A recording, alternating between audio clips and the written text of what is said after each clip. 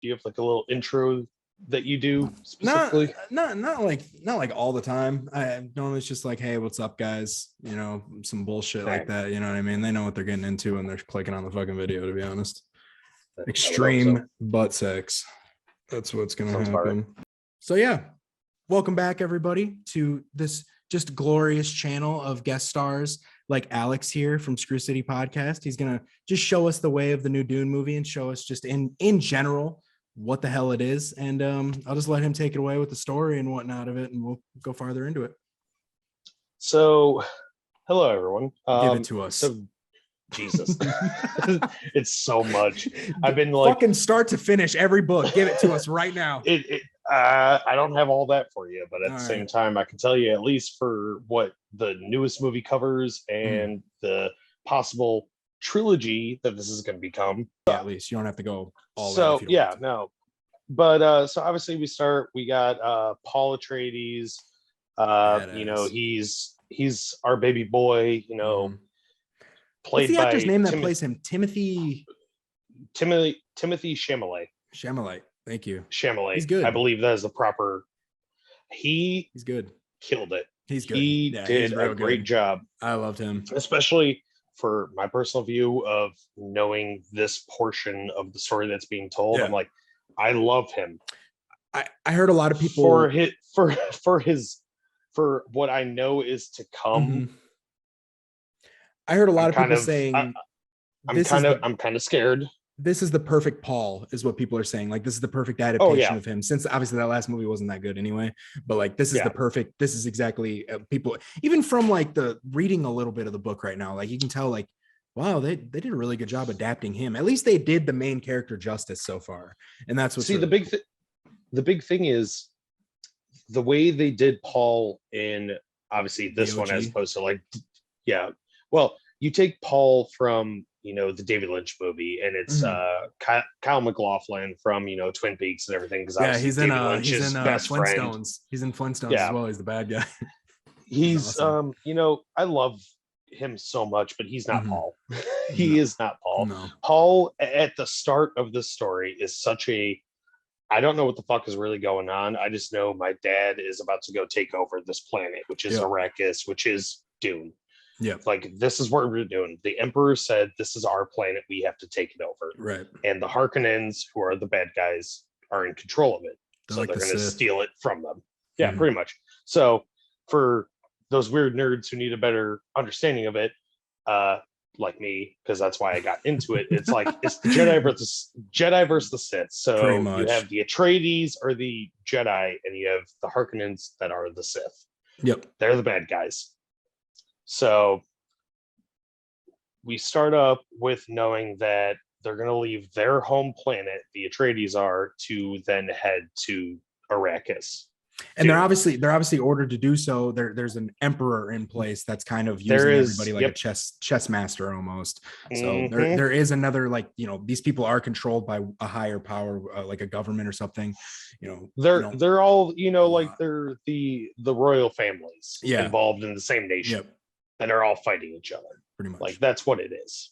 It's crazy how like they all have their own planet though. Like that just blows my mind. Like it's so deep, man. Like you got the Atreides who have Caladan, which is like pretty much the Pacific Northwest of mountains the United and States. Beautiful waters and it's just nothing but gorgeous. Rain and water and forests, and it's awesome. And then you have Giedi Prime, which is where the Harkonnens are from, which is literally a prison planet. It is pretty much Rome back in the the old days of like people going to the Coliseum and watching people get murdered. Like literally, like here's a bunch of prisoners, they're gonna go fight lions and stuff. That's what Giedi Prime is like for the Harkonnens' home planet.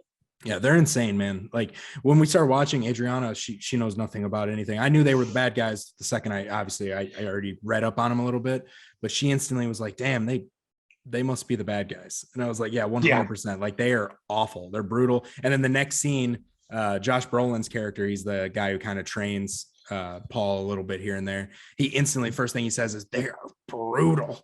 Like it's just, they're awful to deal with. Like, so that's I have so much to say about so many of these characters, and we got time to do it. And I'm going to try to wait for like certain points to bring up my points because, like, obviously, like you said, like, you know, I'm a big nerd about the book, and I was super excited for this movie, and then you got into the lore literally like 3 weeks before. And we talked about it a lot, and you're like, "Holy shit, this is like what I want. Man. This is like my stuff." Well, yeah, I went up to my brother who's like 16 years older than me, and I was like, "Hey, have you ever heard of Dune?" And he just went in on some shit. Like I didn't even know he knew anything about it. He just started going in on lore, and I was like, "Oh, I gotta write this down." Like Jesus fuck. And then you started telling me shit, and I was like, "Oh my, I gotta just get into this, man. Like this is a big deal." Yeah. Like 60 years old, it's a big deal.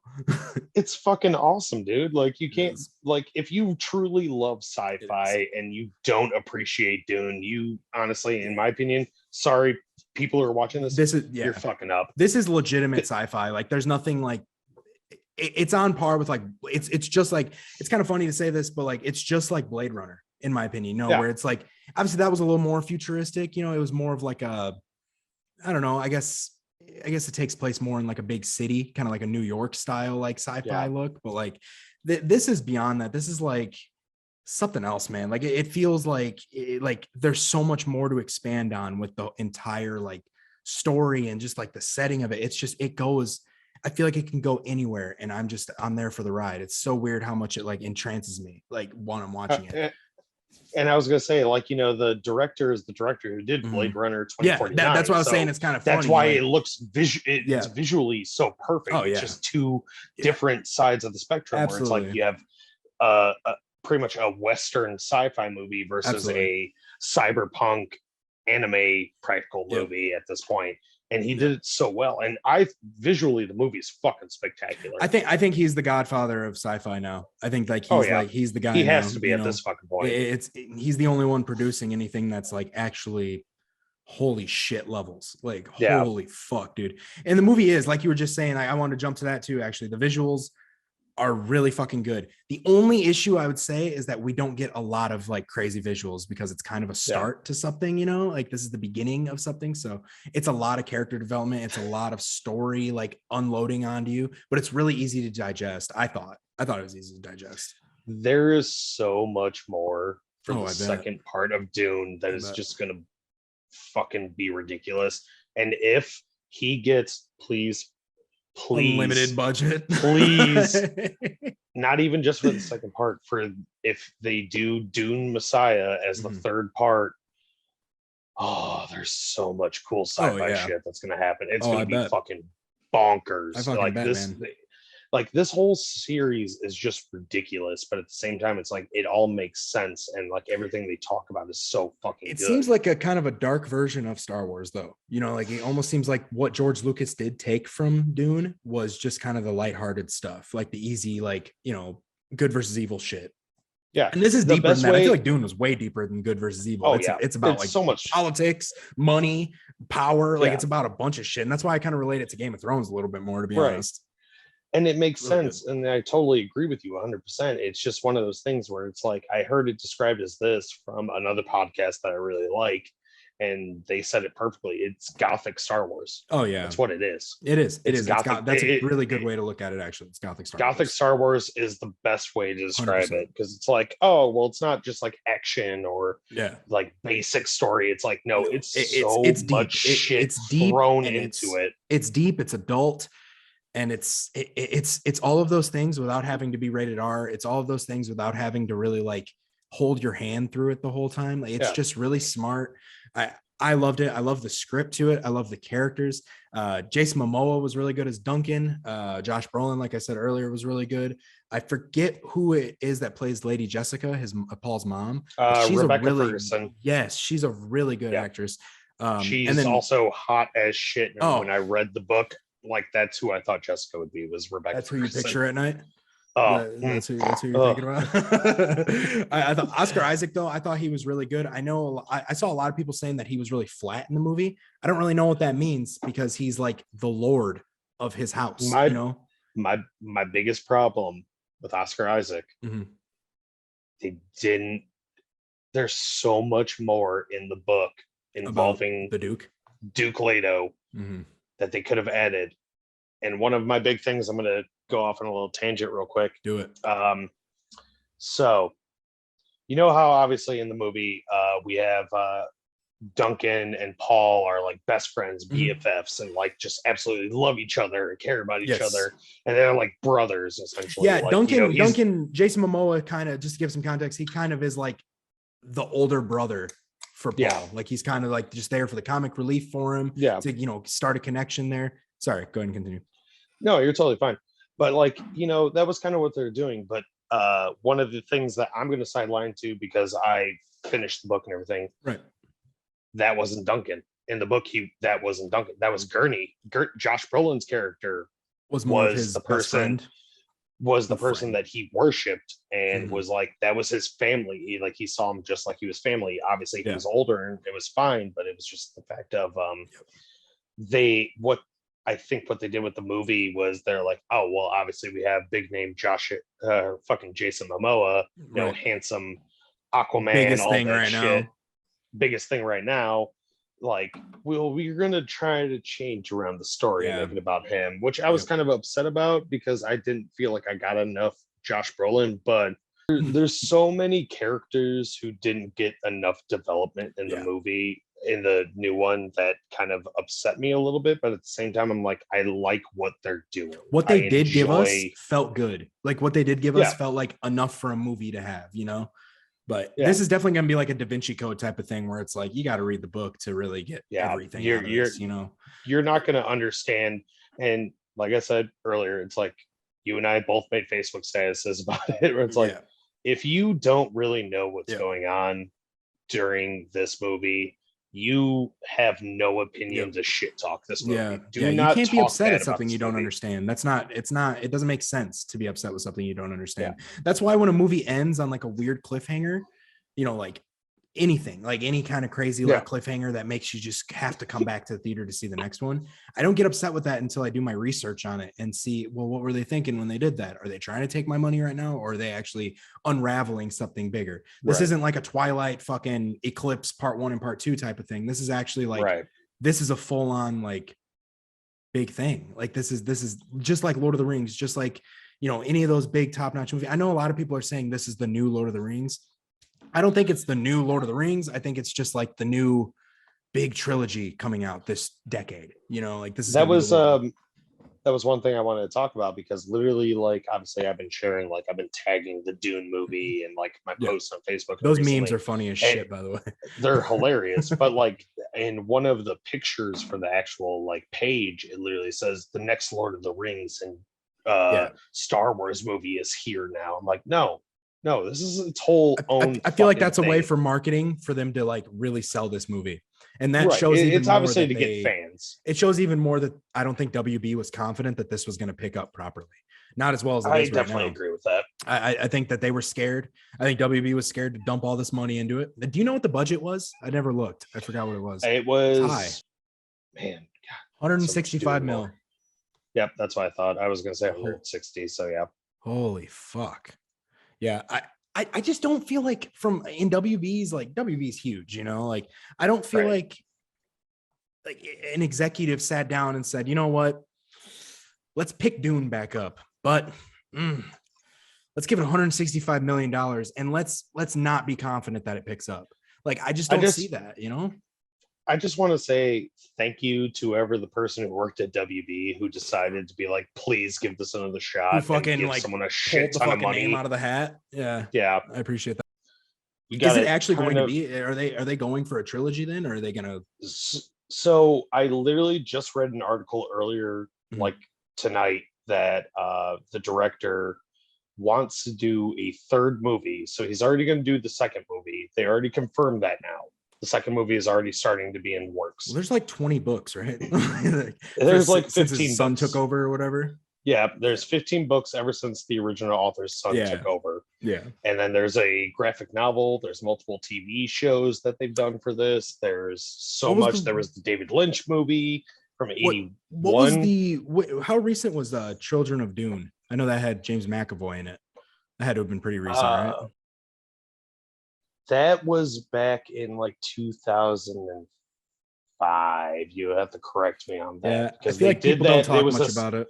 yeah, it was a sci-fi original, and it didn't That's why. float very well. Yeah. And because everybody was like, "What the fuck is going on?" Because that's technically the third book of the Dune movies or the Dune series. So it's like, okay, it gets really weird. It's really hard to just like throw that shit right in. Well, especially for people that didn't really like most of the people in the 2000s, I feel like didn't probably grow up watching Dune and shit. You know, it's probably their parents that cared more about it type of stuff. So it's just, and the only people who cared at the time were people like, because at that point all you had was the books that were out at the time, right. And then you had David Lynch's Dune. Wasn't a lot of source material considering David Lynch's was a joke to most people. Yeah, so. he doesn't even have his name on it anymore. He literally redacted his name from it and takes no credit for it. He gets no royalties from it because he just doesn't give a shit.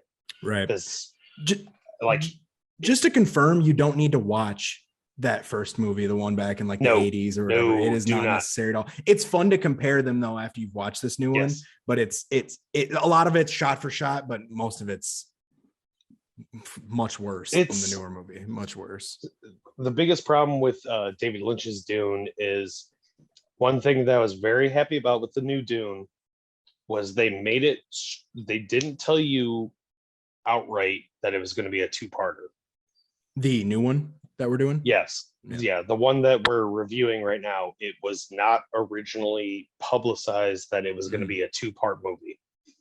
It is part 1. It only covers barely half of the first book of Dune. That's why I was telling you before, I was so confused with people being upset that this movie will end at like the halfway point or right before the halfway point of the first book. Like, I feel like people should have expected that, considering it's, you know, pretty much a series. You know, people already know it as a series pretty much. It's just kind of weird that everybody was mad that it ended the way it did, but it's like, it does end on like a little cliffhanger. It's almost kind of like Fellowship to Two Towers. It like ends right when it's like, oh, I want to see more. You know what I mean? So I guess I can see why people are a little upset, but. And it's like, I understand why people are upset, but that was like something that we talked about even before. Like, it's like, you know, people are going to get mad. Like, if you don't know the story of Dune, you have to get that there's so much shit that leads into this movie that it's like it's already a 2.5 hour long movie. Yeah. Like, I thought it could have been longer. A lot. Honestly, I was so interested. I could have been involved in it more, to be honest with you. They could have easily added at least another 30 minutes to that movie and covered a lot more ground, and it would have been a lot more awesome of an ending. But in my personal opinion, being a fan of the book, I loved how it ended. Did you? Like, it was just phenomenal. Like, I was like, yes, this is great. And I love that they're sticking true to how Frank Herbert wrote the books, where it's like, there's so much stuff in the first like few books of Dune that you don't find out until the later books of Dune. Kind of like foreshadowing in a way. Yeah, like they talk about stuff and there's no explanation, but then all of a sudden, like, book 5 will explain something from book 2 that you had no fucking clue what the hell they were talking about. He just talked about it because he wrote the first three books of Dune. So he wrote Dune, Messiah, and Children of Dune within, like, I think it was 2.5 or 3 years of each other. Christ. And just put it out hoping that it was going to work. And then all of a sudden it got a good, huge cult following. Yep. I read a thing that was saying that when his son took over after he obviously died, when the son takes over, he found like a lockbox with like what he wanted for the series, like for it to how it to end and everything like that. So like, that's kind of cool. Yeah. It's kind of weird, you know, like it's weird that so many people don't know much about Dune. Like even myself, like going into it, I was asking you questions about it. That's kind of what got the ball rolling a little bit. I went and watched some videos, and the lore is so easy to just pick up and understand. Right. And you wouldn't think that with it being like a sci-fi, like massive sci-fi shit going on, but it's almost kind of medieval at the same time. You know, they use hand-to-hand weapons. It's, you know, dukes and lords and ladies and shit like that. It's very Game of Thrones, but also like, in space. It's kind of weird. I don't know. See, and that was like one of the big things that Frank Herbert was about, because I mean, he wrote the first book in the 60s, and you know, he was against the growth of technology at the time. Like, he hated technology. That's why he wrote it the way he did. That's why It's like, there's some stuff that's obviously futuristic that he wrote about. Yeah, there's things that human society had to advance on, you know what I mean? Like we had to like advance in space travel and shit like that. That's just given shit. But you'll notice like even in the movie, there's no robots and shit like that. There's nothing like Star Wars style, there's no computers or anything like that. That's why you have people like the Mentats, who guys with the little things on their lips. Yeah, they're literally human like computers. That's what computers, they are. They're human calculators. They have all of that shit in their memory. And that's why it just gets so absolutely fucking bonkers. We have to realize it's like there's just people who have memory who know all of this shit is happening. I told you I just started listening to the book on Audible actually, and I noticed the second chapter it was more into the Harkonnen, which are the bad guys, obviously. It started giving you like that, just like the little taste of what they're doing, pretty much in their little kingdom or whatever, and scheming and all the bullshit that they're doing. But the one Mentat is like I forget what his name is. Everybody's got such a crazy name. And I was gonna say, if you're talking about the Harkonnen Mentat, that's Piter. Yeah, Piter is a piece of shit. That guy is piece of shit. You can tell just from his first because the audiobook they give different voices to the characters, kind of give you some more life to it. He's a piece of shit. Like I hate him more than I hate the Baron, and the Baron's a fat piece of shit too. He's awful. Fucking. It just felt like it. You can tell like these Mentats like they know their place, like they know like, oh, I'm the greatest of, I know everything, I know every single thing, and the Baron even says something about like, I kind of think the old ways were smart, the way they grew and became what they did, and the Mentats like, I have more knowledge than any of those old contraptions. I just thought that was really cool, like how well they translated the book to this movie. It seems like it seems pretty well detailed. You can only do so much in 3 hours compared to a 25-hour book, but it's still, I don't know, man. It's so much lore. It's so deep, especially with what you're saying about like the computer stuff, like how like, I don't want to spoil it for people because I don't know if they'll go into like the whole like old days of doing, before all of this stuff, how like the AI took over and everything. I don't know if they'll go into that, so I don't want to spoil it, but I will say like go ahead. I was gonna say there's like one little thing that I noticed about the new movie because of like obviously the time period we in, and what you're talking about. You're talking about the what was it? It's the revolution jihad or whatever they had. Jihad or whatever. It was the Butlerian jihad. That's what happened. That's when they got rid of technology. That is when technology technically died. Like at that point, all it was stuff to do space travel. They had weapons. That was it. All they had. They got rid of all the other shit. There was no computers because Dune takes place in the year 10,000. Yeah, it's like 10,100 and something. Yeah. So it's like it's 8,000 more years from where we are right now, pretty and much, they have less technology than we do at this point besides space travel. Yeah, that is a really cool, like, it's cool that you like that you're saying that. It makes you think like while I was watching the movie, I could just notice like they're advanced, but they're only as advanced as they've allowed themselves to be, so it's kind of fun to see, like you can almost think to yourself like this is kind of how we would be right now if we just completely exiled technology altogether and we just became this type of, it might be kind of a better world, to be honest with you, but all I'm saying is we need to just get rid of Facebook, and Facebook literally we'll start getting the Butlerian jihad like fucking going. It's fuck out of here, Zoom. Get out of here. We don't need you anymore. We don't fucking need you. And I fucking absolutely love the way the director did it. It's a beautiful movie. The cinematography altogether is just really beautiful. Good. It's really good. I don't like the typical, because obviously it's a desert planet. They give you the whole like, music in the background, like all the fucking time. And literally in every single fucking desert movie you watch, like a Western. Give me chills sometimes, though. It hit just right. Yeah, it hit, but it's just like, come on. Yeah, I love the way the movie looked. Like I said, my only gripe would be, I know it's the first one and it's such a 50-50 gripe. Like it's not even something that can really be my least favorite thing about the movie though, was just how little action we got. And I do feel like they could have added 20 more minutes to it and probably added some more boom, boom explosions going on. But the way the movie unfolded, you could tell like it's development and there wasn't enough room for like a bunch of crazy shit to be going on at once. and that was kind of like one of my biggest things is like when the Harkonnen or when so Dr. That Yui invasion was obviously nuts. when Dr. Yui lowers the shields and everything, gives them like the in to sneak in and pretty much murder everyone and capture, Paul, Leto, and Lady Jessica. It's like that scene was fucking insane, bro. When the first like helicarrier blew up, it was like a big blue like just massive explosion, and like every little detail of that you could tell costed a lot of money. Like, a lot of money, dude. Like I could just see it just from that explosion. I was like, God damn, dude. Michael Bay would be so proud right now, dude. This is insane. He's got to have explosions every 5 seconds in all of his movies. But it kept me so interested. Like this movie technically is a recipe for boredom. Like it really is. Like when you're first thinking about it, you're like, okay, these people are on a desert planet. There's nothing on this planet. It's fucking just a wasteland. There's nothing going on the planet really besides like the fact that there's some like really indigenous type people still hanging out there, but like it should be a recipe for just boredom. But like the talking was really, really fucking good in it. Like like I said, the dialogue was good. The visuals when we did get them were good enough to where I was like, all right, I'm cool with this. Like I'm really cool with this. And I know the director, I always forget how to say his last name, but I'm just gonna call him Denny because that's what everybody else calls him. Yeah, I was gonna say I usually go by Denny or I think it's like Villeneuve or something like that. Yeah, I always thought it was Villanueva.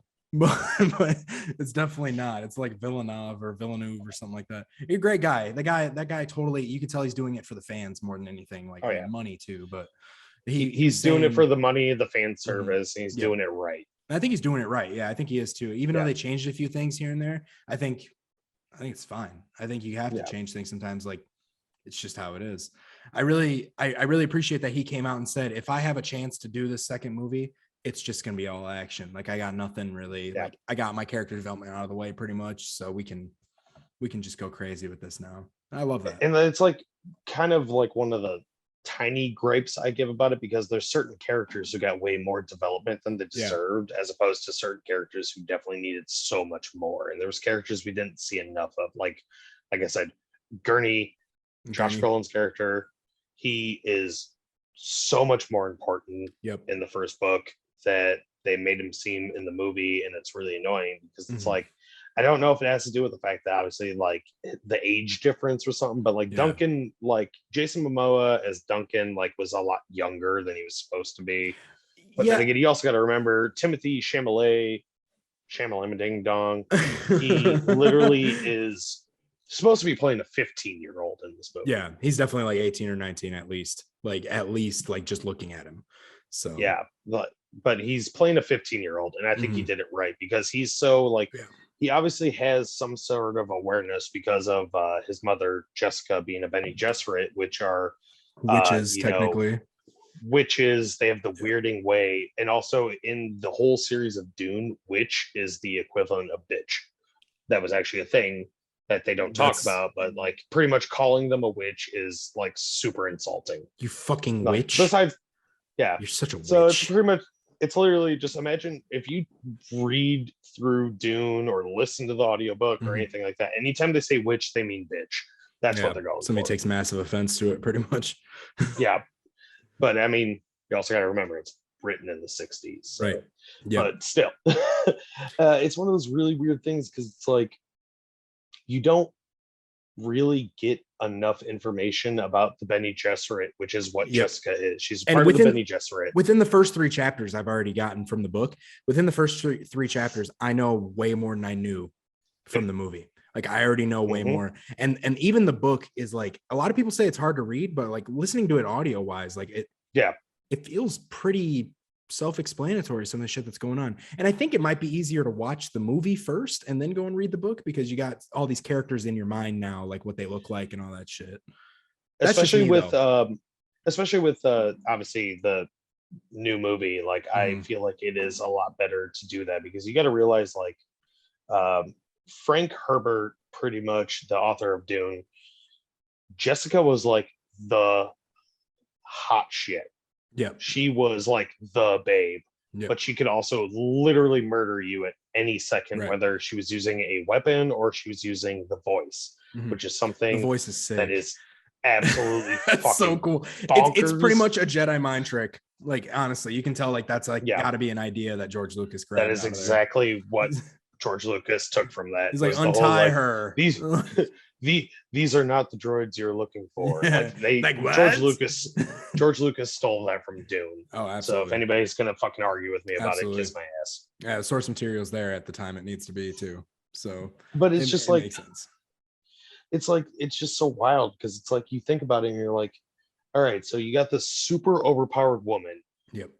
The Bene Gesserit don't give birth to male offspring. Yep. They have the ability to choose the sex of the child. Yeah, they were saying that in the book. Like that was, I was like, holy shit.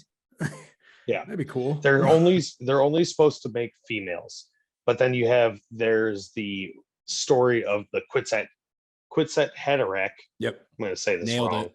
Fucking nailed it. But that is pretty much like the prophet. That is the god who's gonna come to all of this and gonna eventually take over and change the world or galaxy at this point for the better. And that's that in the long run, that is definitely what the movie's like leading to. It's leading to a main character being something more than what he starts as. And what he starts as is kind of just like I'm just trying to become the next heir to the throne, you know, like that. He doesn't really, you can tell he doesn't care that much, but he does, you know, like he didn't want any of the responsibility. That's why there's the scene where in the new movie they do it right, where he's literally in the tent with his mother and he's freaking out and he's seeing all these visions that are coming to him that are all stuff that's going to happen in the future, and he starts pretty much having a panic attack. And he's just like, I don't want this, kill me, I don't want to do this, I don't want to be this person. You can tell he's a little all of a sudden he's starting to figure it all out.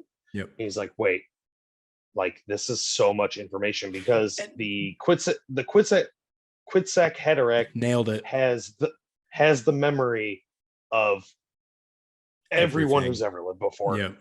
Literally, he is the most insane mentat. He literally knows everything from the start of creation to the current time and into the future too. That's what they have. That is their power.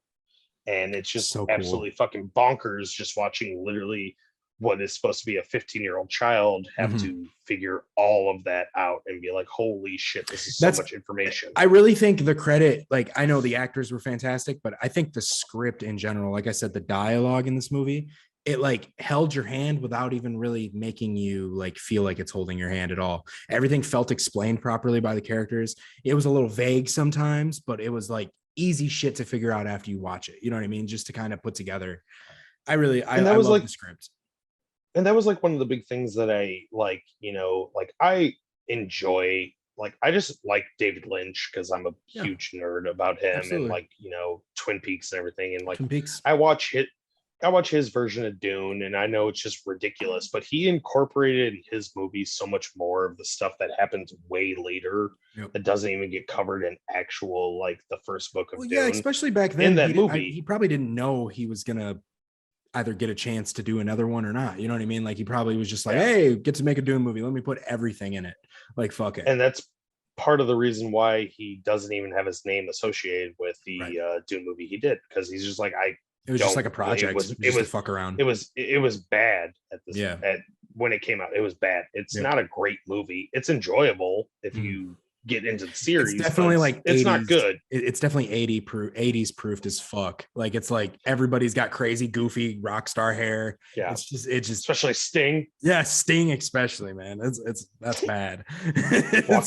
walking out his weird ass man thong. That's really uncomfortable for everyone to witness. Like fucking leotard or whatever the fuck he's wearing. This shit's random as hell, man. I love this movie though. I absolutely, I'll watch it again. And like I said, it like the way Denny fucking like makes movies, like these sci-fi movies, I will go to every single one of them, even if it's something I'm not really that interested in. It's so good every single time. Like we're just talking about Blade Runner, like visually, dialogue, everything about that movie, it just felt like it was put together just for me, you know. And I know it sounds like really, you know, kind of, I don't know what that sounds like, but it's definitely it feels like it's right up my alley. It's like I said, I'm in like a trance when I was watching it. Like it's 2.5 hours, but I never really got bored, even when it was just No. talking the whole time. I was so interested and invested into it, and I think that means a lot, to be honest. Like throwing me into a new story and me being so invested into it right away. They did something right with this movie, I think. And that's I one of the loved it. big things. That was like one of the big things with me. Like even not going into it as hard as I did within the Yeah. past 7 months when I started like reading Yeah. the books and listening to a lot of lore about it and like getting super into it. I'm like, I would have loved this movie going into it Yep. blind. I would have thought it Yep. was fucking awesome, and I Yep. would have literally probably screamed in the movie theater if I Well, saw it in the theater. Like just to, just because just I'm to so excited of like being like, I cannot wait for right. part two. Yep.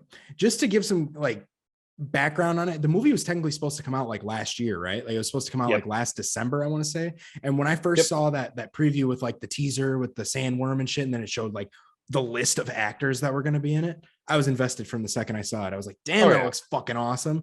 I didn't know. I knew Dune was like a thing. I just thought that this movie might be like, oh, it's just going to be kind of like a teeny bopper style thing where it's just like, you know, like Maze Runner style, where it's just going to be a trilogy of just, bleh, you know, just another regurgitated movie. But like the more I got invested into the story, the more I paid attention to the development of it. I was just like, yeah, this is something else, man. Like this is going to be something pretty fucking cool on its own. And that's what irritates me again about people comparing it to Lord of the Rings. Like that was already like pretty much like everybody knew what to expect right away. There's so many people nowadays that have no idea what to expect from Dune. And that's what's kind of fun to me about it, is like anything can really happen and I might be cool with it. See, and that was kind of like one of the things where if you keep comparing it to that, I mean, fucking by the time Fellowship of the Ring came out, it was already like 60 years since the first book was written. So it's like it's the same thing. So I'm thinking that like David Lynch had like the right idea of picking up the project and doing that, but at the same time, I feel like Denny doing, this movie is like the proper way of introducing this story into the mainstream and getting, because obviously like Lord of the Rings had a huge following, but then it got even bigger after the movies came out. Right. So I'm hoping to see this continue with Dune. It looks like it, because it's nuts. It's phenomenal, and like the reviews from all the the big critics and everything are like, this movie's fucking awesome. And like I was surprised. I expected it to have a terrible fucking rating. People being like, that's what I thought too. Dumb. I thought I saw a lot of people on Facebook the night it came out on HBO and stuff. Speaking of, you can watch it on HBO until like November 29th, I think. And it's in theaters obviously right now too. You saw it on HBO, right? Like that's where you watch it. I watched it in theaters. So we probably should have watched it at home. Yeah, we probably should have swapped, because I would have rather been at home, and I think you'd rather been at theaters, to be honest with you. I probably would have cried if I saw it in theaters. Yeah, I loved it in theaters. I thought it was really cool. I'd say my only gripe with the theater visit, besides the fact that the movie has a lot of talking and it's not really as much explosion shit going on, second one would totally be worth it. But like, besides that, the seats in the theater were uncomfortable to sit for 2.5 hours. But even if I was fucking watching just another 2.5 hour movie, I would have said the same thing about that, honestly. But I thought it was totally worth watching in theaters.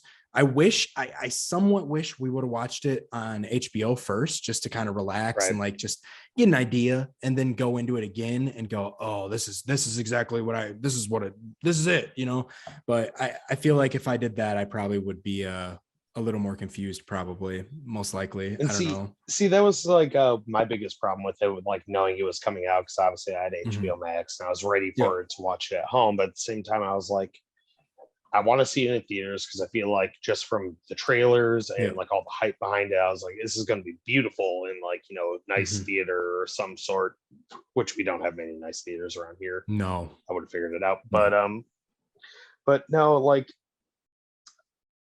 I'm kind of sorry. You're fine. Kind of just I'm gonna zoom in on. I am as you should. Sorry, I'm excited that I did like finally watch it, because like I told you, like I had a busy ass weekend this past weekend, so I wasn't able to watch it as much as I wanted to. That's what I like about streaming sites, though. I like that you can, if you're at work, you can be like, I'm just gonna pull it up on my phone. Fuck it. I like that a lot. And so I was happy that I did finally like finish it going into like us doing this tonight. But it's pretty fresh for you right now, isn't it? I watched it on Sunday, So it's pretty fresh for you at the moment. You just finished it up. So I literally finished it. I texted you saying I was like, "Yeah, I'm gonna watch it while I'm at work." Within like 5 hours. Okay. Yeah. And I was just like, "Yeah." So I finished it. Yeah, for real. I thought you were gonna be done with it by the time I'm out of work at midnight, but you were like, "I'm done with it," like an hour after you fucking said that you were gonna finish it. I was like, "Oh." I just started where I finished off the night before. I'm gonna rewatch it, and I'm definitely gonna because of how happy I was with it. I'm gonna go see it in theaters just for the full experience. If I were you, that's what I was gonna say. I'd recommend seeing it in theaters. I just feel like it's meant for a theater visit. Like it's just meant for it. Yeah. It's even like I said though, even though it's a lot of talking, I still think just the way like the camera shots are, just the way it looks, it's I feel like it's an achievement in sci-fi movie, like, just the way it all looks. He also did what was the one, Arrival, I think, the one with Amy Adams and Oscar Isaac's in that too, isn't he? That's a good ass movie too, visually. Like he's just a visual fucking god apparently when it comes to these sci-fi movies, man. Like they look so goddamn good. It's ridiculous. Oh god, we need to start getting back into the story a little bit more, because I'm just thinking about that first scene with the first time you meet Vladimir Harkonnen, the Baron, and he's sitting there and he's talking to Piter, and they're sitting there and he's talking, and then all of a sudden you just see him rise. Yeah, that's a really good shot. That's a really good shot. That shit gave me chills. It made me so uncomfortable. And that's like one of the things I love the most about this movie is, like, we already said, it's like, all right, so it's Star Wars, but it's Gothic Star Wars. But at the same time, it's like the way they did this version of the movie, they made it so dark to the point where it made me uncomfortable a couple times. Sometimes, all the right ways. Sometimes, everything involving the Baron made me uncomfortable. That's what he's supposed to do too, and I love that. I love it. That's what I was saying. Well, I think the dialogue. I think that's why, like, not only do the visuals, but I keep saying it, but the dialogue, I think, really, just put things into perspective for me. Just right. This is real, dude. Like, holy shit, it made sense. Literally, like it was just so bonkers because of the fact of, like, the Baron, as for you nuts. Now going into the book, you're gonna get more uncomfortable. We've talked about this before. The Baron, he's in the book so far, he seems very controlled until he's tempted, or like until somebody like tries to do something and say something out of place, then he starts to snap a little bit. You can tell he's unhinging a little more. They didn't go into it as much in the movie because I think this is just the first like sighting of him. But I think he's going to be a fucking menace in the next movie, man. It's insane. Well, I was going to say, in the next movie, that's when obviously people who are watching this are going to get spoilers. I'm not going to get too many spoilers. Well, yeah, I was going to say, I'll cut this in there. We're going to score it really quick, and then we can just, do a little rundown of like where you think it's like possibly going to go with the movie compared to the books, right, and shit like that. So if you want to score it really quick, I'll throw a score on it too, and we can go into this. Are we going to do out of 10 or out of 5? I normally just do out of 10. I've been trying to kind of find a new method to review things because I'm not trying to be so like number centric on it, but if I have to do it, I'm going to go with an 8.5 on this movie. I was going to say, I'm going to follow you up with doing the out of 10. I give this, based on my knowledge going into this movie, out of 10, 8.25. So there you go. You got somebody who literally knows everything about the lore going into the movie and seeing it. He gives it an 8.25, that's a very generous one. I think that's pretty generous. I don't normally rate anything above an 8, to be honest with you, because if every movie was a 9, then every movie would be amazing. So it's like, I think it's like an 8.5, 8.5, somewhere around there. I'm kind of in agreement with you. And I'm somebody who didn't read the books. I'm barely anybody when it comes to this shit. Like I only watched a few videos and got into it a little bit, and I was automatically ready. It's fucking awesome. Like it's really good. It's just beautiful.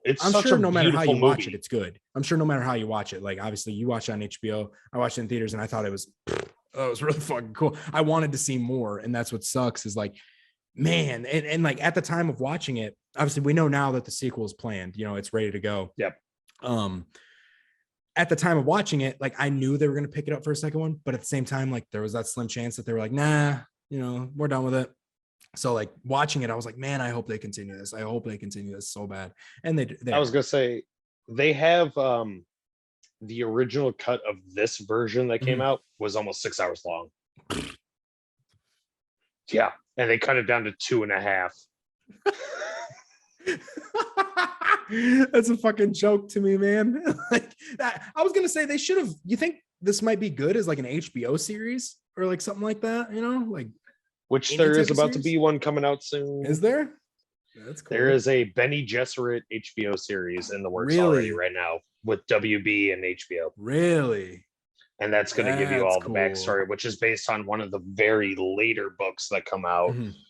One of the more recent books where it gives you a lot more backstory about the Benny Gesserit, how they got started. I know a lot of the sequel, a lot of the books that the son took over. His name's Brian Herbert. Is that his name? Yeah, Brian Herbert. Brian Herbert and Kyle Anderson. Were the two authors. They went more in the prequel direction, right? Like they didn't really want to like expand on this, like the whole. I mean, they did some books like a trilogy, right? Like after the Frank Herbert ones, like they went into because they got the note because Frank Herbert was in the process of writing all the notes for Dune 7 is what they called it. Yep. So it was the book that he was going to start writing before he died. And then Final Dune. Yeah. So they should call it. They should have. But they took all the notes from that, and there was a bunch of other notes, and like that's where they got a lot of the descriptive stuff. So that like later on in the future they will describe more stuff. Yep. Give more of a glossary so you context. understand what the hell. Like Shai Halud, like no one knew that for the longest time that was the giant worm. Yep. Yeah, the worms were fucking crazy. Dude, the worms are fucking were nuts. Bonkers. That shit made me so happy because that's when I remember listening to the whole audiobook of the first Dune and they talked about the worms. Like that's what I thought the worm looked like. A lot of people are always like, "Oh, I just think of Beetlejuice." I'm like, no, yeah, like no, you need something more. This one is like an actual gaping butthole, dude. It's like a giant, like just black. Its mouth is literally hole. nothing. It's like a sarlacc pig with way more fucking teeth. Yeah. It was fucking, dude, the visuals on that shit was so good. Like, and then at the end when it showed fucking chick riding him, I was thinking like, man, I hope Paul gets to ride a fucking worm, bro. That's so cool. Yeah, Zendaya wasn't really in the movie at all, was she? Like she was in like some of the cuts, no, like she was flashes, but didn't have much. So that was actually something else. Like kind of realizing her agents must have said something because like she was in the like for where the story was going, her character pretty much wasn't in any of the movie until literally one flashback scene and then the way the movie ended. But in the book, it was like flashback scenes and then she shows up and then that's how it ends. And it's like, okay, but they added her so much more in the movie because they kept doing flashbacks and flashbacks and flashbacks. And I was like, okay, so they obviously threw her in there because like obviously it's like hot young actress. Got to show her off. She's practically one of the biggest female, actors out there right now. Fucking killing the game. And there's nothing wrong. I loved her. I think I loved her.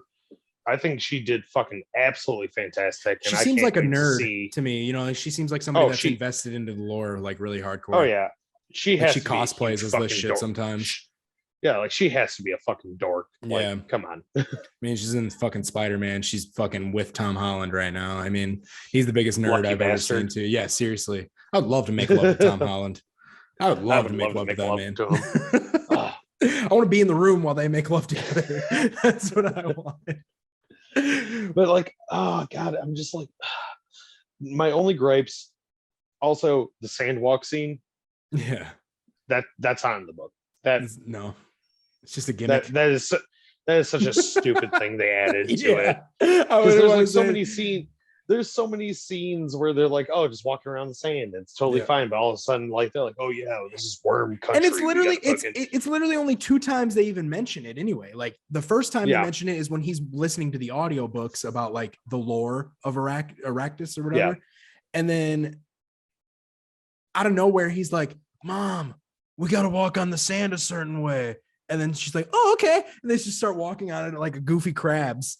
And then they don't do it again after that. I'm like, oh, okay. Like, what the fuck? I did like all the technology though that they had, like that fucking thing that chick put in the ground and it like did. Oh, the thumper? Yeah, that was cool. That was really cool. Same with the sand thing that he had too. That was really cool. I was gonna say because they have the sand tent, which lets them hide in the dune, like the actual dunes, like and everything. And it's really cool, and it collects all the moisture, so you can obviously survive for a long period of time with that.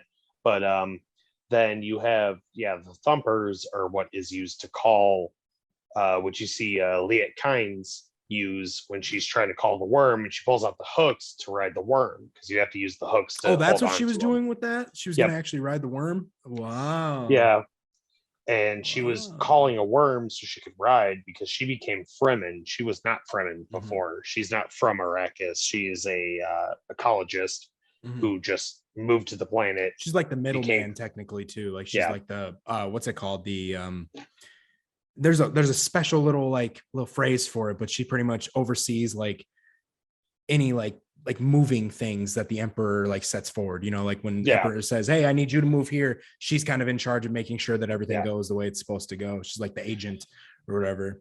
So I thought that was kind of cool. It was really cool how it worked out because especially like I wasn't upset by this, and I've seen a couple people who bitch about it.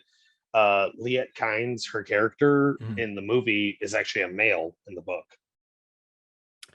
I assume something like that was probably the case. It was like it, and it wasn't a problem. I thought it was fucking awesome. I thought she was cool. Incorporate that, and cool. I was like, oh, it's really nice because the big thing that Frank Herbert did with the books is, especially when you get further into the series, women are all powerful. It is all even the witches, like they're all like female dominant. Like it's all females. Like even Lady Jessica, like you said, gets bitched out for having a boy instead of a girl. You know what I mean? So it's like even back in the 60s when like that kind of shit like didn't really fly, like women and colored people and shit like that. It seems like Frank Herbert really put that in motion. Like he was like, I don't give a fuck. And he just put that together, put it in there. And it was like, it seems like it would almost be like defiant of him to do, but like, it's kind of cool that people grasped that and like took it on. Frank Herbert took a huge like pro feminism like stance into the books. And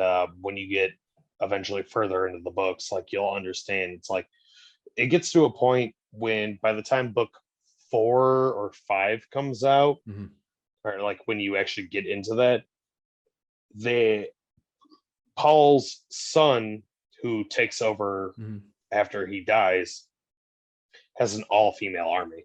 That's cool as fuck. And it's fucking badass, and they are the literal strongest people ever. Oh, sorry. Edit. But it's just like honestly, just leave it in. But no, it's like it's so cool because it's just like one of those things where it's like he was doing something so fucking far different in the late 60s, early 70s by the time that those books were coming out, where he's like, all female army, and they're the baddest bitches out there. You know why? Because they're fucking red and they gotta deal with our stupid ass fucking for real though, dude. I just love the entire, like, I'm invested as fuck into it. It's like a completely new series for me to just be diving into, and there's so much source material. It's worth it, man. Like, this is a great time to do this, especially with everybody being so bored and shit. This is a great time to dive into Dune and just really invest. Like, it's really fun. That's what I was gonna say that too.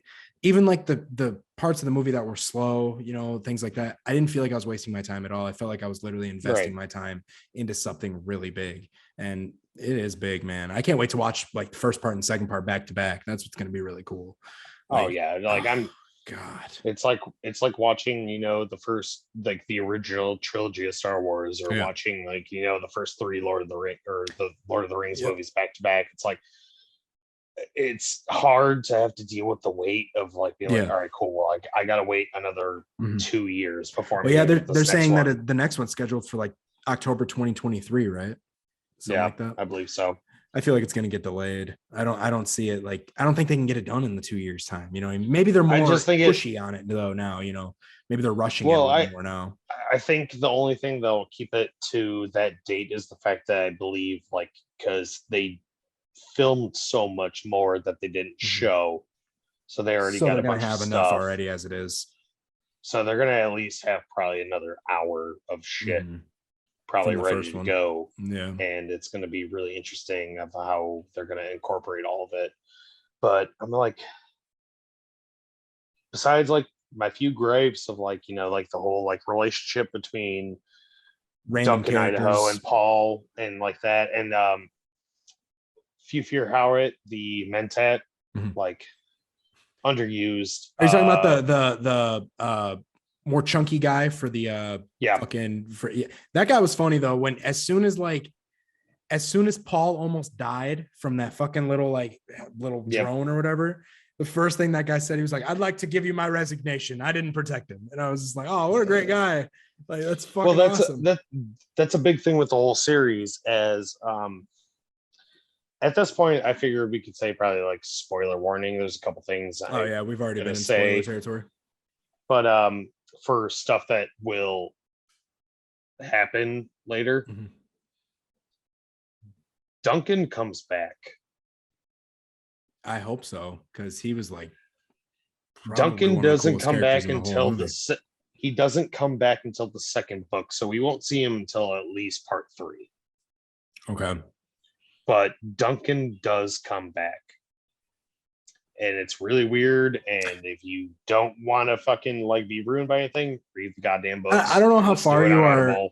I don't know how far you are into the series, but I always find myself getting spoiled, even when I don't want to. Like I'll find something that I don't want I to know a hear. majority of the whole thing, even involving the fact that I haven't read all the books. Okay. I know There a was lot there was about one it. thing I saw. I read a synopsis of one of the Brian Herbert books, and I guess the planet gets fucking blown up. Like the entire Arrakis just gets blown the fuck up. That's insane to me, dude. Like that's what? And and they it's try to even make a better new because one. Like yeah, that's insane. yeah. They also they do terraform it, like they talk about Mhm. in the movie Mhm. about how they were going to try to not make it just a desert planet. They actually do turn it into a forest planet and Mhm. have life live on it Mhm. outside of. They get rid of needing spice, which Mhm. is obviously what the worms create. That's the purpose of the worms, is the spice, and spice is the most um spice is gold in this Yep. world, Yep. and you need to It's have definitely spice to have money. money. Yep. It's money. It's like the main thing that makes the world go around. They were saying like the Harkonnen made like fucking 150 billion or some stupid shit in like an Yeah, entire like cycle of a year or something like that. Like that's insane. It's yeah. absolutely insane. The Harkonnens literally are Jeff Bezos just Yeah. farming fucking Just sucking off the spice, land. Just sucking off the land, and man. literally the Atreides are going into this planet just trying to take it over to do something better with it. And it's not about money, it's not about pride, it's not Mhm. about family, it's not about any of that. They just are like, no, this is what's right. The Emperor We're wants just us to getting go rid here. of the We're going to do shit it out our of it. way. Yep. Yeah. I do like how noble they are. It's really cool. Yeah. It gives you, they're like the Starks of the fucking show or of the movie. I mean, it's pretty Yeah. cool. The Harkonnen, I guess, And are the Lannisters plotting and shit. pretty much, They're doing literally, some it's just fucked all up about shit, man. it's all about financial gain. One of my other gripes. So in the book, Baron Harkonnen, obviously, he's like a big fat, like kind of gross motherfucker. Yep. But in the movie, they don't make him as gross as he's supposed to. He's supposed to be like covered in boils and Yeah. like just Well, yeah, absolutely the original Dune disgusting. movie, like the David Lynch one, he looked awful. Like he looked Yeah, disgusting, like and that's what boils and he's shit. supposed to look like. Yep. They made him He's look literally more like human in this one, but he was yeah. also like really fucking crazy looking at the same time. He was dark. He was way darker, but he was like he was still gross. The things he would do, like eating and shit. Oh no, he literally made me uncomfortable every single time he was on the screen. Just like even when the whole scene when Duke Leto is captured and he's got the false tooth in with the poison in it and all that shit. Like he made me so fucking uncomfortable. And I forget what's his first name, but it's the older Skarsgård brother. Oh, is it Alex? No, it's like I think it starts with an S. But either way, damn it. But it's it's the older Skarsgård sibling. It's not the dad. I think it's just the older sibling. Oh, Stellan. Yeah. Javier Bardem was in that movie. I forgot, dude. There's a bunch of actors in this movie. He just did such a great job of making you uncomfortable. Oh, yeah, dude. Like, we've talked about this personally, but just between you and I about like some of the stuff that I'm like, yeah, there's a couple spots that are really fucking weird and uncomfortable that they didn't touch upon, which makes total sense because of the day and age we're on. And I'm like, I expect them to still do that though, because of how weird he was, you know, like how the writing's going so far. Like, it's just, it's good. His writing was good. Like they did a good job with him. Scary. I really wish I got to see more of the Baron in this movie. Too. For sure. Definitely. Because I feel like he was very underused. He stole the show when he was on the screen. Oh, definitely. Yeah. He fucking killed it. He did it perfectly. And then I felt like they were just like too, like I said earlier, it's like they're just aiming more towards like, well, Jason Momoa is hot. Yeah. So we're just going to show him a lot more, even though his connection to this point in the first, like, you know, the first half of the book is pretty much unreliable and non-existent. He did set up a lot of like the action scenes in the movie, I'd say, you know, like the way Jason Momoa used like the source material that he had, like he he did do something really nice with it, you know, like it's just like you said, he's not technically supposed to be at this point in time yet, you know, he's not technically supposed to be doing what he's doing yet. And I think that's why they had to enforce him in, like you said, just to give people a reason to watch the movie, at least, you know, oh, Jason Momoa's in it, fuck it, you know, like this will be good. You know, it shows him doing it. He's the only one that really has big action scenes too, to be honest. That's another thing about the whole fucking book series is when you get further into listening to the book and enjoying that, like Duncan Idaho is a drunken asshole. He's not like the bro. He's not like the, oh, what's up, dude? Like he's a drunk piece of shit most of the time up until that final fight that you see in the movie when he defends them, which is accurate and whoops a bunch of Sardaukar ass. That shit was crazy. But that scene was a cool scene. Badass. That was a cool scene. And there was no music behind it either. It was just like a silent, just him grunting and beating ass, dude. Like that was really cool. Really heartwarming scene. I literally geeked out watching that, literally watching him be like, oh no, he died. And then all of a sudden it's like, nope, gets back up, pulls the Sardaukar sword out of him and just starts whooping ass again because he's that bitch. He is that bitch. Exactly. Hold on. Just like hold on. Actually, I got it. Hold on. Hold on. Coming back. One second. Gotta grab it. It's really far away.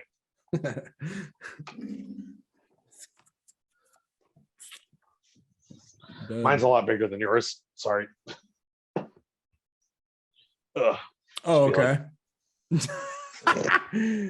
I will fucking murder you with this. I will murder you with this. It doesn't even matter, bro. It doesn't even matter. You can come at me with any weapon you want, and I will fucking Duncan Idaho the shit out of you. Then again, you will probably kill me too, because that's what happens to Duncan. No, because real life, I would also just shoot you with a gun. So there's no shields to protect you from that. Something they don't talk about. There is guns. You see, fucking a lot of people are like, oh, it's like you said, it's like medieval and Western, but there's no guns. It's like there's guns. They just don't. They only really use them on like the spacecrafts and shit. Yeah, it's that's why you literally watch Paul grab one off of one of the Fremen when he first meets up with the Fremen. Which that whole scene, that scene was cool. Upset me. That scene was crazy. The final part of the movie kind of upset me a little bit because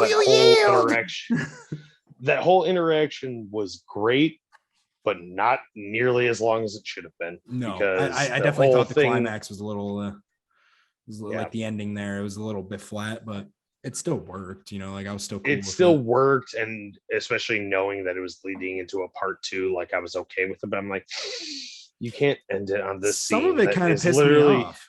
Yeah, like it kind of pissed me off a little bit. Like the final scene takes place over like 40 pages worth of shit. So it's like there's so much more. Yeah.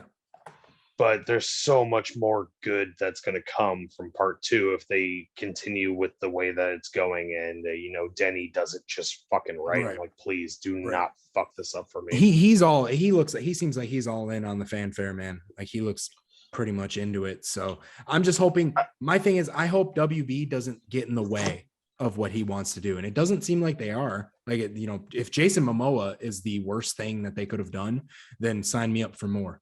Because sign me up for Momoa.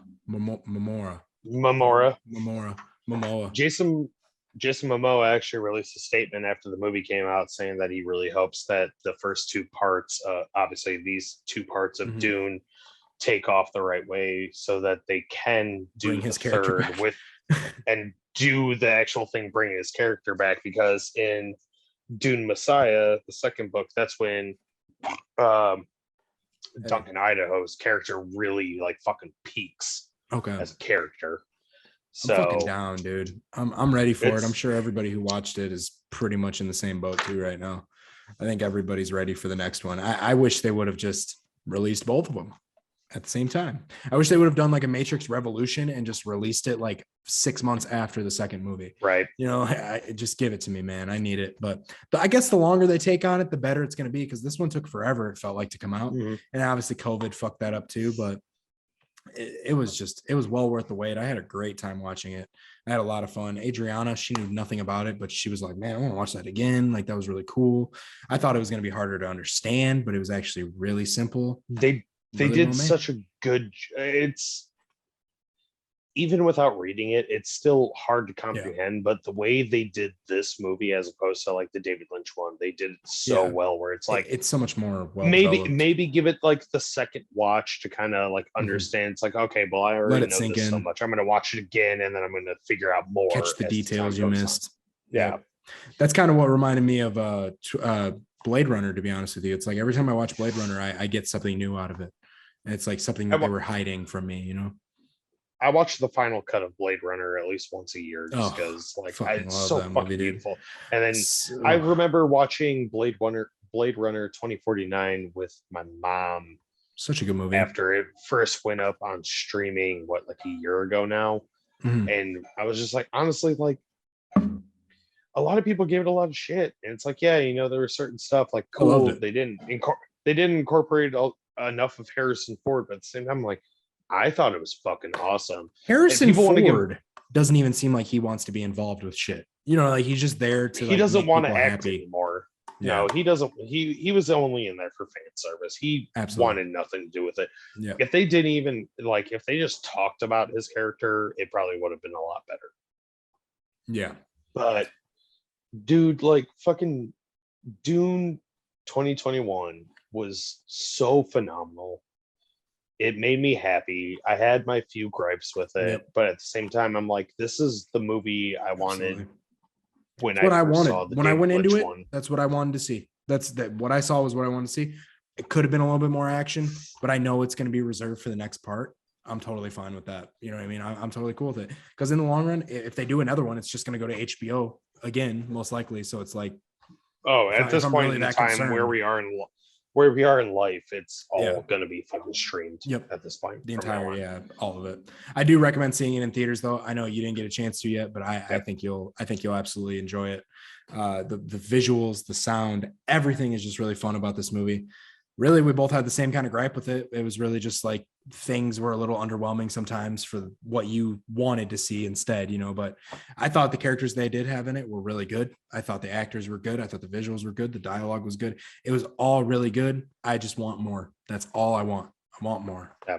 So I cannot get over the fact that in about 2 years, we're going to be able to do part 2 of this, and it's going to be super fucking awesome. It's because fucking awesome. And by that time, you'll be just as deep in the lore as I am, if not pretty much further.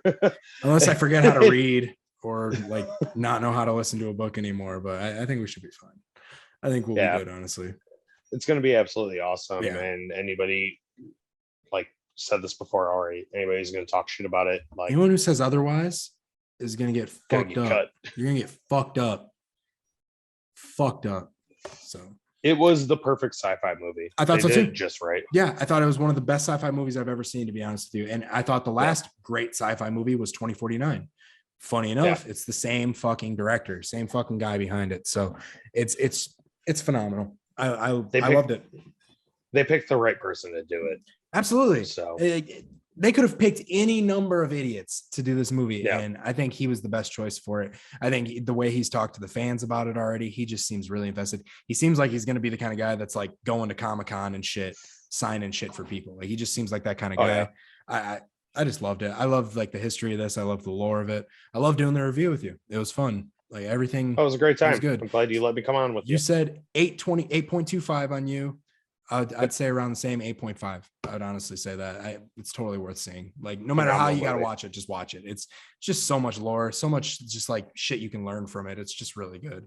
Do you want to plug Screw City at all? Obviously, my name is Alex. I'm on the Screw City podcast. You can always come and support us. We're on YouTube. We're on Spotify. We're on Apple Podcasts, Google Play, all that shit. Yeah, throw a link in there in the description for us. Obviously Daniel was on with us a few weeks back. And you can check that episode. It was a good time. We talked about boobies and horror movies, and it was fucking awesome. Like and video games. Unfortunately, Dune didn't have boobies, but maybe the next part. Who knows? Honestly, in the later books, they do have boobies. So are we talking like Total Recall boobies, like 3 boobs on one chick, or like no? We're talking about normal boobies. God, there's so much fun shit to come in this fucking lore. I cannot wait, dude. I'm so fucking excited. I can't wait. So next time we'll do a review on Dune is going to be 2 years from right now, pretty much. So hopefully it comes out October 2023. I have a feeling it might get a little delayed, but like you said, they got footage already saved up, so I might get it. On time this time, unless there's another virus, God forbid. But I think we should be good. Yeah. I think they're rolling on it now. I think they know exactly what they want to do, and I think Denny knew exactly. I think he knew it was going to get picked up. You know what I mean? I don't see. It's already doing more budget. It's already doing more successfully than he ever imagined it was going to be. So. Like they've already made a lot of money on it. I love how people are becoming invested into it now too. Like there's so many videos on YouTube about it. Like it's that was like you literally downloaded Audible for the first time today and you got Dune for free, and that's because of the movie. It literally has already become such a high demand. They're like, we're just gonna fucking give people this for free to listen to it. It's insane. So definitely from my aspect, read the books, watch the movie. Watch the David Lynch one just because it's funny and goofy as shit because it's David Lynch. It's fun. I'm sure it's fun to watch the David Lynch one after you've seen and read everything already. You know, you can just be like, this 100%. Is an arcade version of Dune. Like this is a goofy arcade version, and that's what it is. That's what it seems like. This one seems like the Dark Knight of like the series, though. Like this seems like what they're doing. Like this is the Batman Begins, Dark Knight Rises of like Dune, pretty much. Like they're doing it correctly. So I'm so fucking excited for the next part of this movie, man. Like I think about it every goddamn day. Like it's becoming my life, dude. And I gotta find something to occupy my time. So I guess I'll read the books. Fuck it. As you should. But yeah, I appreciate everybody watching. I appreciate Alex being on here with me. It was really fun. Anytime I have any Dune info needed, I will send people to you immediately. So I'm just gonna end it right there. Fuck it.